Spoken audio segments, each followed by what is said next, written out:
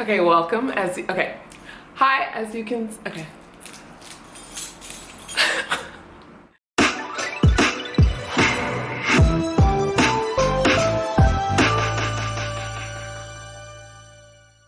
Hi, as you can see, I'm apartment hunting in Los Angeles.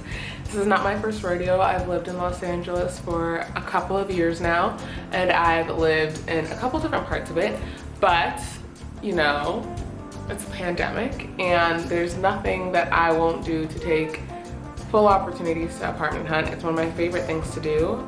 So, prices are good, timing is right.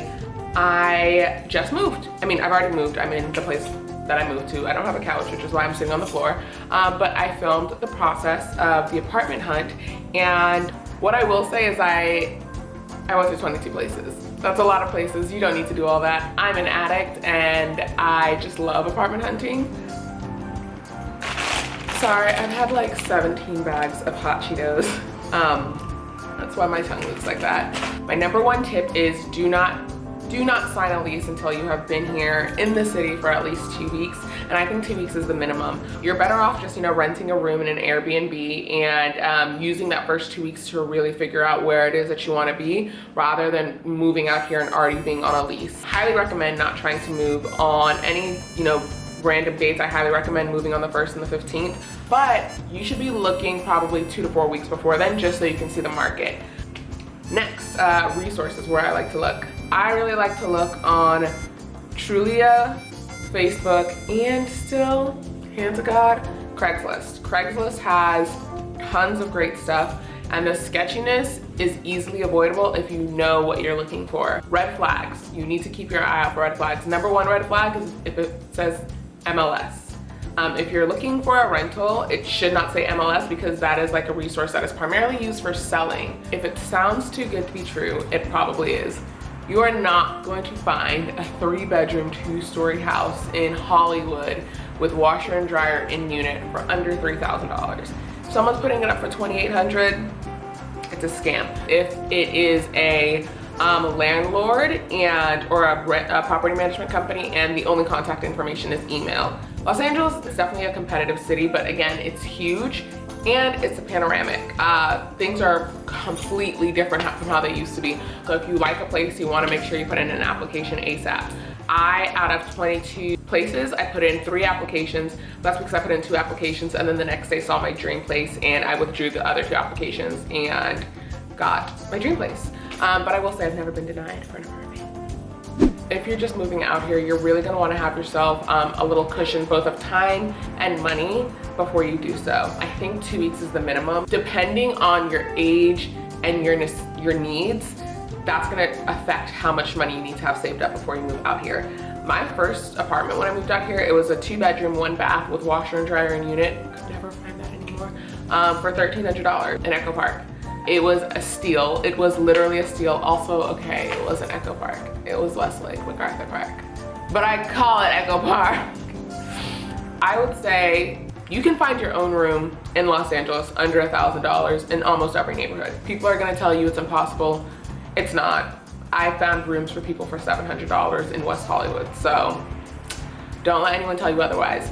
But if you're gonna want amenities and like, a nice room or like, an outdoor space, or you have a pet, or you want your own bathroom, I would start being prepared to maybe spend somewhere between, $900 to $1,400. I will say that I definitely prefer charming and unique and interesting apartments over super modern, contemporary, or luxury apartments. So if you're looking for a luxury high-rise, you're not gonna find that here, but there's tons of great videos with that, and I think they make for beautiful photos. I definitely am looking for a location. I wanna be close to, I'm only looking on the west side. I loved West Hollywood, which is where I'm moving from, but I want outdoors. I wanna be close to the skate parks and the beach, even though I never go in the water. Start your search with your 3 must-haves and your 3 deal breakers in mind. So my 3 must-haves, natural light, hands down, non-negotiable. I cannot live in a dark place. It could be the Taj Mahal. If it was dark, I couldn't do it.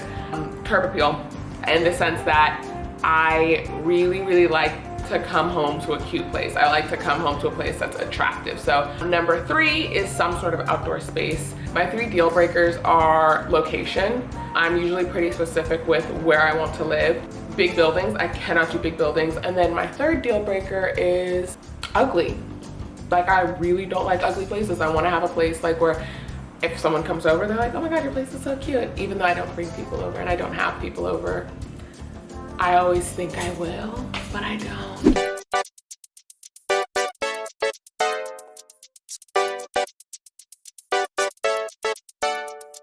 So the first place that I went to see was in Santa Monica, California, which is obviously the west side. Walking in, my first thoughts were it's pretty small, but I did like the color of the wood, and I love these giant big windows. I'm obsessed with giant windows, as I've already said. So I definitely was concerned about the size. It came across as a little small. Bathroom, pretty small as well. Kitchen, I actually don't mind outdated kitchens. I find them kind of charming. So I'm okay with I actually don't like dishwashers, which is weird. So I'm okay with not having a dishwasher. Don't mind old fridge and oven. I love the oven actually. But I wasn't feeling wowed until I went to the first bedroom, and oh my God, oh my goodness, this patio is perfect. This is literally exactly what I'm looking for. A little bit of patio part so that I can put, maybe a grill. I don't know why I just said grill. I'll never grill. But to put the little pool on, because if we put it on the fake grass, then it'll cause dents. So a little patio to put the pool on if we use the pool. A place to put a little furniture, and then just this perfect patch of grass to just lay out on. I mean, I'm obsessed. And the palm trees, I wish these rooms weren't so small. The rooms are kind of small, and it's a little dark, and it's not the cheapest. I think it was $2,600. So it's definitely a contender. I definitely love it, but it's a little small, especially to have a second person in here. And if it's my friend who moves in who has a dog, that might be a little too tiny, but we shall see.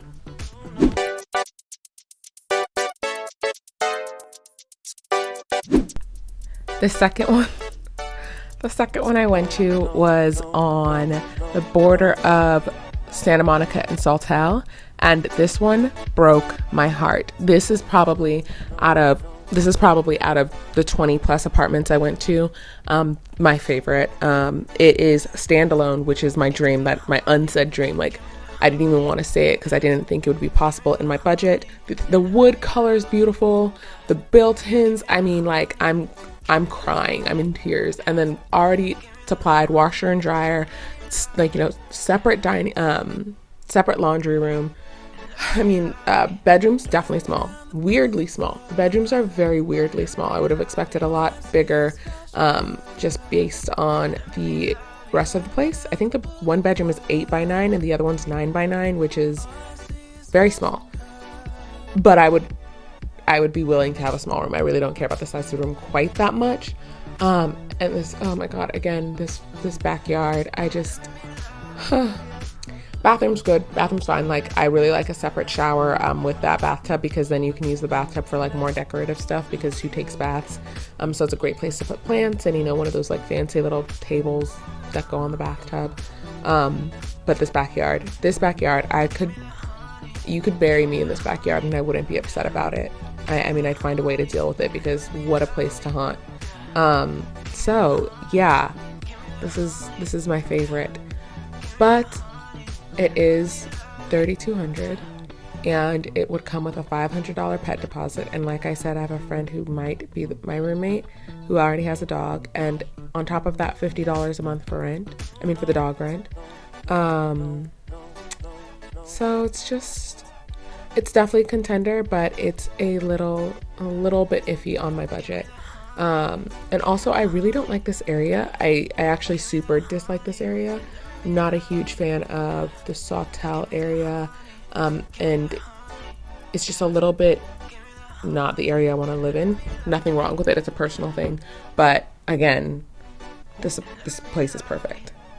I loved this apartment. It was huge. I mean, it was the perfect size. The backyard was perfect. I mean, I'm looking at it right now, like that's why I keep looking down, and I'm so stressed out how much I love it. I mean, I literally just moved, so I know I didn't pick that place. And this was kind of painful to rewatch because I'm kind of like, girl, do you need to eat every day? Like I could have survived off ramen if I was eating ramen in that house. But then I kind of remember that I love my current area, and yeah, I probably shouldn't have even looked at the perfect one, the dream one, because it was out of my budget. But I thought maybe I could negotiate a little bit better than I could. It turns out you can't negotiate $1,000 off rent a month, so that's a $700 a month difference. So it is what it is.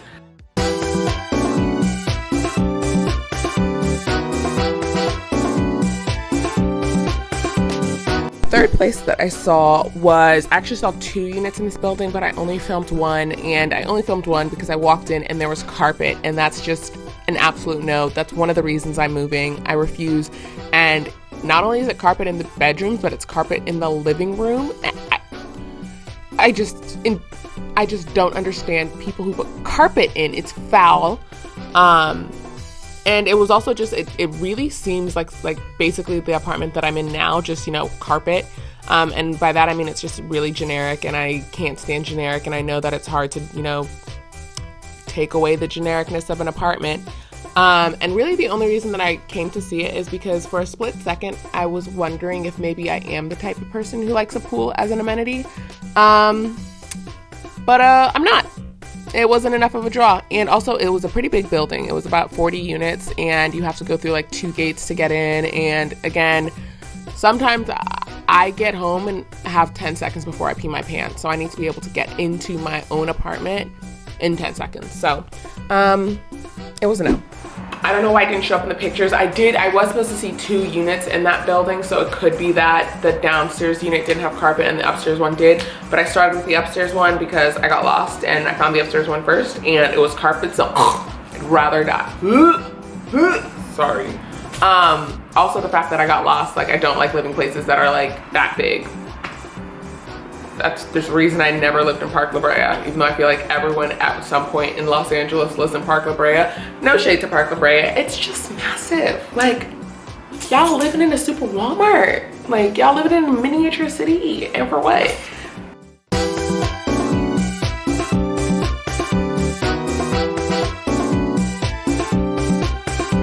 And the last one that I saw, photographed so much better than it looked in person. First of all, it had the strangest kitchen I've ever seen. I've never seen a kitchen this tiny with the fridge this big. Like, there's gotta have been a better place to put the fridge, which you'll see.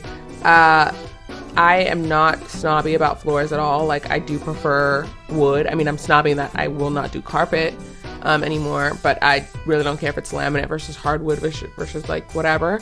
But this has to be the worst laminate. I mean, it looks so nice, but when you're walking on it, you can feel it lifting.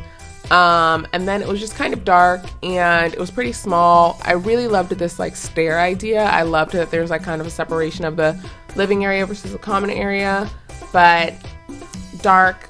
These floors were strange, and that kitchen was a nightmare. And before the pandemic, that balcony might have been more than enough outdoor space, but I really need grass, and I really need a lot more than a balcony. So this is going to be a great apartment for someone, maybe just not for me. And the last one I went to just had opposite of carpet. It had laminate, but the strangest laminate of all times. Like, it was very temporary building laminate. Like, it was like not properly sealed to the floor, so it was lifting. And as you can see, that kitchen, this kitchen is very strange. Like, it is this big, and they have a giant refrigerator, and I'm just like, I feel like y'all should have come up with another option to put the refrigerator. Make it make sense.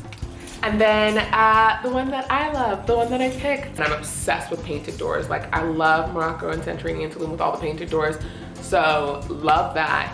And then it is a standalone building. I cannot believe I got a standalone house in Los Angeles. Gorgeous, gorgeous front yard.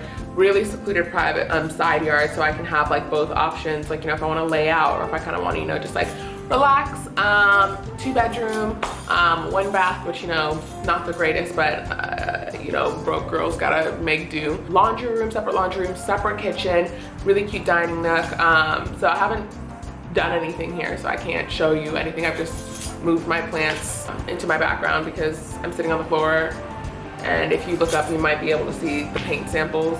So I found the one that I picked on my second to last day of apartment hunting. I looked one more day after, just, you know, because I had already set up meetings, but then my heart wasn't in it, so I just kind of called it, sent in my application, and got a soft approval the next day. And then the entire process from, you know, submitting an app, from seeing a place to, you know, getting approved to like signing a lease, in my experience usually takes about a week in Los Angeles.